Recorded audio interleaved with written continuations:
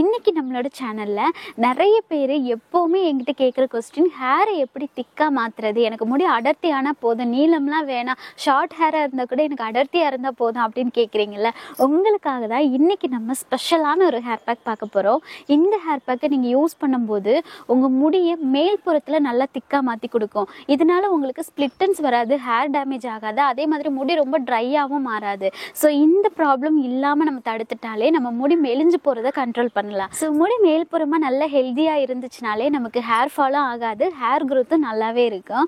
அதுக்கு உங்கள் முடி திக்காக மாறணும்னா நீங்கள் முக்கியமாக பண்ண வேண்டியது என்னென்னா, நல்ல ஃபுட் இன்டேக்காக எடுத்துக்கணும். பாசிப்பயிறு நல்லா முளைக்கட்டி சாப்பிட்லாம், அதே மாதிரி காய்கறி கீரை இதெல்லாம் வழக்கமாக சொல்கிறது தான். முடி திக்காக மாறணும்னா எக்ஸ்ட்ரா நீங்கள் என்ன சாப்பிட்லான்னா, நிலக்கடலை பருப்பு, பாதாம் பருப்பு, இந்த மாதிரி நல்ல ஃபேட்டி ஆசிட் இருக்கக்கூடிய பருப்பு வகைகளை நிறைய எடுத்துக்கோங்க. அது உங்கள் முடியை நல்லா ஸ்ட்ராங்காகவும் மாற்றி கொடுக்கும், நல்லா திக்காகவும் மாற்றி கொடுக்கும். ஏன்னா இந்த ஹேர் பேக்கில் நான் வெறும் 3 இன்க்ரீடியன்ட் எடுத்திருக்கேன். அதில் 3லேயுமே ஒன்று உங்களோட ஹேர் லாஸை கம்மி பண்ணும், இன்னொன்று உங்கள் முடிக்கு நல்ல திக்னஸ் கொடுக்கும், 3வது உங்களுக்கு நல்ல ஒரு ஹேர் க்ரோத்தையும் கொடுக்கும். இந்த 3மே உங்களுக்கு ரெகுலராக நடந்துச்சு அப்படின்னா உங்கள் முடியை நல்லா அடர்த்தியாக மாறும். அந்த வேலையை செய்கிறதுக்கு தான் இந்த ஹேர் பேக் உங்களுக்கு ஹெல்ப் பண்ணும். Hi friends, welcome back to YouTube channel. நான் ஜெகதீஷ் மேனா. எல்லாரும் எப்படி இருக்கீங்க? நான் ரொம்ப நல்லா இருக்கேன். ஸோ இப்போ இந்த ஹேர் பேக்கை எப்படி ரெடி பண்ணுறது பார்க்கலாமா? வாங்க வீடியோக்குள்ள போகலாம். வீடியோக்குள்ள போகிறதுக்கு முன்னாடி நீங்கள் இன்னும் நம்ம சேனலை சப்ஸ்கிரைப் பண்ணலன்னா மறக்காமல் சப்ஸ்கிரைப் பண்ணிவிட்டு இந்த வீடியோக்கு சின்னதாக ஒரு லைக் கொடுத்துருங்க. நீங்கள் கொடுக்குற ஒவ்வொரு லைக்கே எனக்கு இன்னும் ரொம்ப மோட்டிவேட்டாக இருக்கும்.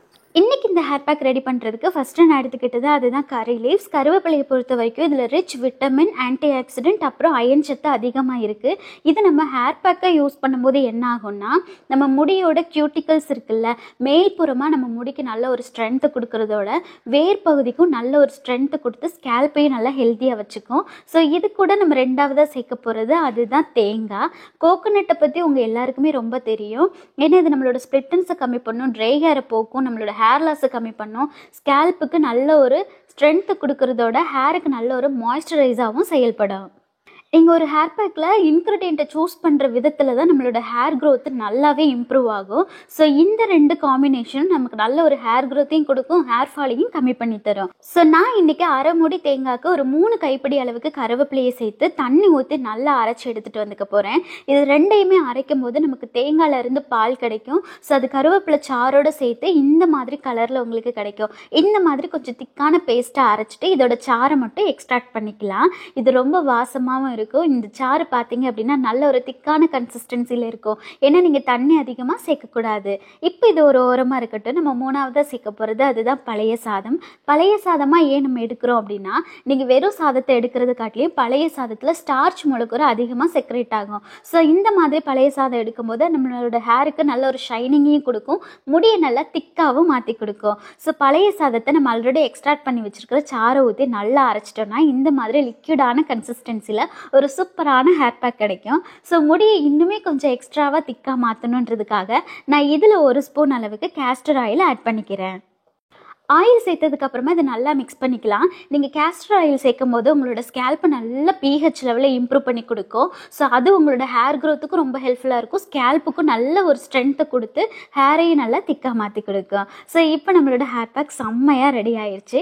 ஹேர் பேக் அப்ளை பண்ணுறதுக்கு முன்னாடி வழக்கம் போல் நம்மளோட தலையில் ஆயில் இருக்கணும். நீங்கள் ஆல்ரெடி ஆயில் வச்சுருக்கீங்கன்னா முடிய சிக்கு மட்டும் எடுத்துக்கோங்க. அப்படி இல்லைன்னா நீங்கள் காலையில் ஹேர் பேக் போட போகிறீங்கன்னா நைட்டே ஆயில் அப்ளை பண்ணிவிட்டு முடியை பின்னல் போட்டுட்டு தூங்கிடுங்க. ஸோ இந்த ஹேர் பேக் கொஞ்சம் ஜூஸியான திக்கான கன்சிஸ்டன்சியில் இருக்கும். ஸோ உங்களுக்கு அப்ளை பண்ணுறதுக்கு ரொம்பவே பிடிக்கும். உங்களோட ஸ்கேல்ப்லேயும் நல்லா குயிக்காக இறங்கிடும். நம்மளோட முடியோட வேறு எந்த அளவுக்கு ஒரு ஹேர் பேக்கை அப்சர்வ் பண்ணுதோ அந்த அளவுக்கு சீக்கிரமாக நமக்கு ஹேர் க்ரோத்துன்றது இருக்கும். ஒரு சிலர் சொல்கிறது நான் ஹேர் பேக் போட்டு எனக்கு ஹேர் க்ரோத்தே இல்லைன்றது. ஸோ உங்களோட ஸ்கேல்ப்பும் சரி உங்கள் முடியோட வேரும் சரி அதை அக்செப்ட் பண்ணிக்கிறதுக்கு கொஞ்சம் டைம் எடுக்கும். நீங்கள் ரெகுலராக அதை ஃபாலோ பண்ணிகிட்டே இருக்கும்போது அது எல்லாமே சேர்ந்து உங்கள் முடியை நல்லாவே வளர வைக்கும். ஸோ பொறுமையாக எந்த ஹேர் பேக்காக இருந்தாலும் ஃபாலோ பண்ணுங்கள். ஒரு ஹேர் பேக்கை சூஸ் பண்ணுறீங்கன்னா அது 1 மாதமாகவே யூஸ் பண்ணுங்கள், அது உங்களுக்கு இன்னுமே நல்லாயிருக்கும். இந்த மாதிரி முடியை 2ஆக பிரிச்சுட்டு கொஞ்சம் கொஞ்சமாக பார்ட்டிஷனாக எடுத்து முடியை நல்லா பிரித்து அப்ளை பண்ணிக்கோங்க.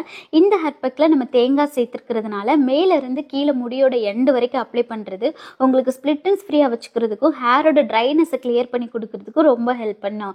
ஸோ இந்த மாதிரி நீங்கள் ஃபுல்லாகவே அப்ளை பண்ணும்போது மேலேருந்து கீழே வரைக்கும் முடியுமே நல்லா திக்காக மாறும். ஒரு ஹேர் பேக்கை நீங்கள் வேல் முடியில் மட்டும் அப்ளை பண்ணுறது தப்பு.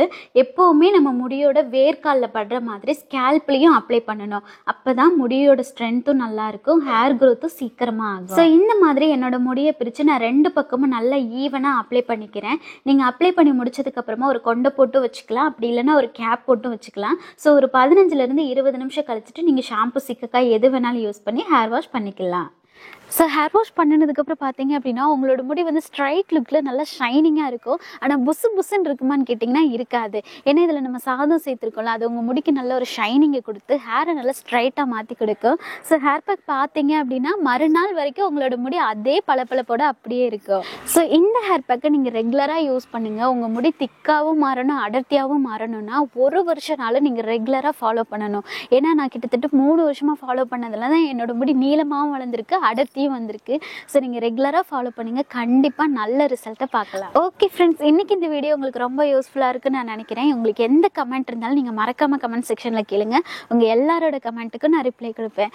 ஓகே ஃப்ரெண்ட்ஸ், உங்களை நான் நெக்ஸ்ட் வீடியோவில் மீட் பண்ணுறேன். டேக் கேர், பாய்.